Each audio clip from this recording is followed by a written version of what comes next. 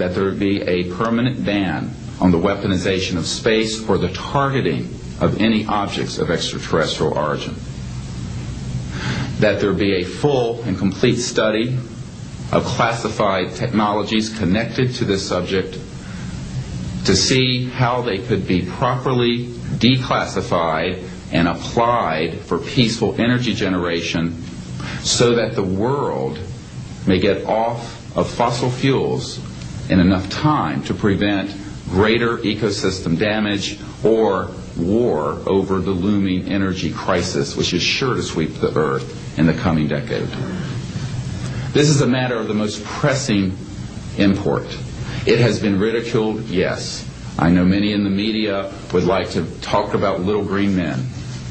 But in reality, the subject is laughed at because it is so serious. I have had grown men weep who are in the Pentagon, who are members of Congress, and who have said to me, what are we going to do? Here's what we will do. We will see that this matter is properly disclosed, and these courageous witnesses, the first 21 of over 100 that we have already interviewed on videotape, have stepped forward to speak the truth.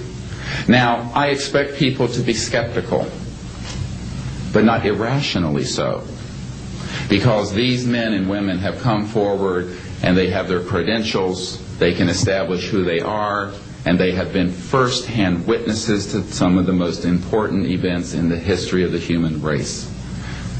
As was pointed out to me by some of the men here, they were charged with handling the nuclear weapons of the United States. Their word was trusted on everything of great importance for the national security. We must trust their word now. As Monsignor Balducci said at the Vatican, in an interview I had with him recently, it is irrational not to accept the testimony of these witnesses. So please be skeptical, but that is not the same as prejudiced and closed-minded. This is a matter of great importance, and I ask the media, the scientific community, and the political community to look seriously at this matter and to do the right thing for humanity and for our children. We have available for the media and for members of Congress a nearly 500-page briefing document with transcripts from dozens of these top-secret witnesses. We have a 4-hour videotape summary. It's not a commercial product, I'll warn you, from this project of the 120 hours that we have in interviews so far.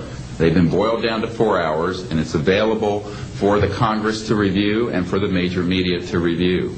We can establish that this subject is real and has tremendous significance for the human future. I ask on all of you who are listening to contact the members of Congress that represent you and the leaders around the world and other countries and ask them to hold an honest inquiry into this subject to support a ban on weaponizing space, since we are sharing space with other life forms. And that we move quickly as a people to understanding that this is the end of the childhood of the human race. It is time for us to become mature adults in the cosmic civilizations out there. To do this, we must become a peaceful civilization, and we must look as we go into space with an intent of cooperating with other civilizations, not weaponizing that high frontier. The men and women who will speak next will do so in order, beginning on your left.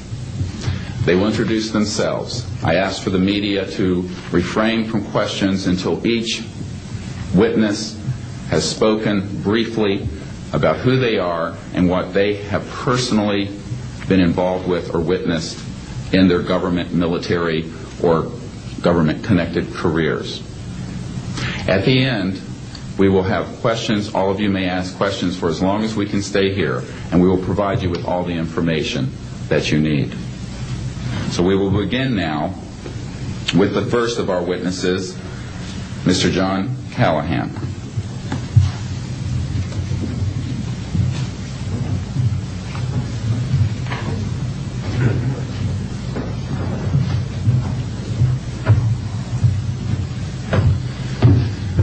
My name is John Callahan. I'm a retired FAA employee. I was the division manager for the Accidents Evaluation and Investigation Division in D.C. About 2 years before I retired, I received a call from Alaska region where the region wanted to know what to tell the media. When I questioned, tell the media what, he says about the UFO, and it went downhill from there. What UFO? It turned out I told him what any government employee would do at that time was to tell them it's under investigation. And then I had him send all that data to the FAA's tech center in Atlantic City. The next day, my immediate boss, service director, Harvey Safir, and I went to Atlantic City. I had just purchased a new video camera, and I videoed the event. In Atlantic City, we had them play back on a scope, you would call it a scope, a plan view display, PVD, exactly what the pilot seen or what the controller seen, and we tied that in with the voice tape so we could hear exactly what the controller said and what he heard, and we taped it. We came back the next day, briefed the administrator, Admiral Ingen, on what happened. He wanted a 5-minute briefing. After we started the briefing, he wanted to know if he could see the video. We put the video on. He watched the video, the whole video. The next day, he set up a meeting for me to give a dog and pony show to President Reagan's scientific staff and whoever they brought over, and to hand off all that data to them.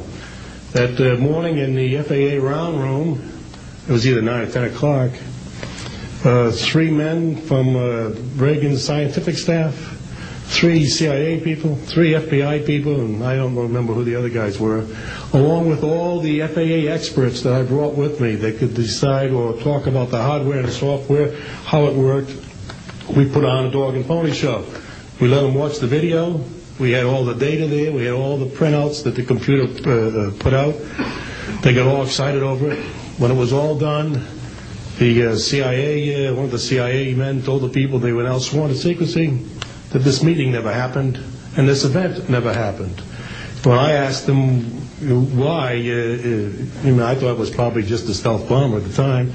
He says, well, this is the first time that we have recorded radar data on a UFO, and these guys are going to get all excited, drooling over all this data. I said, well, you're going to tell the public about it? And he says, no, we don't tell the public about this. It would panic the public. He says, we're going to go back and study this. I said, okay. It was what he was going to do.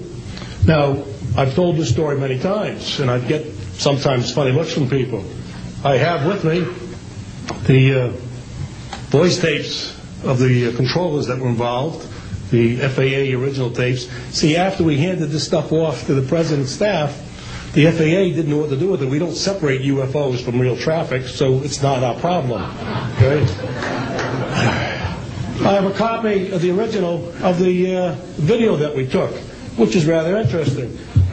And once the thing was all over, the reports started coming into my office, but because it wasn't an FAA air traffic problem, the FAA's report ended up on a table in my office. And it stayed there until I retired, when one of the staffers packed up all my gear and helped it move to my house.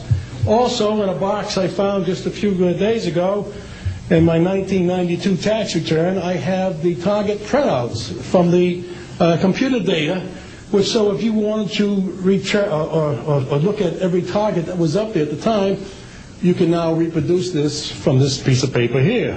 And it's called the UFO Incident, Japan 1648, I believe the number was. It happened on November the 18th, 1986.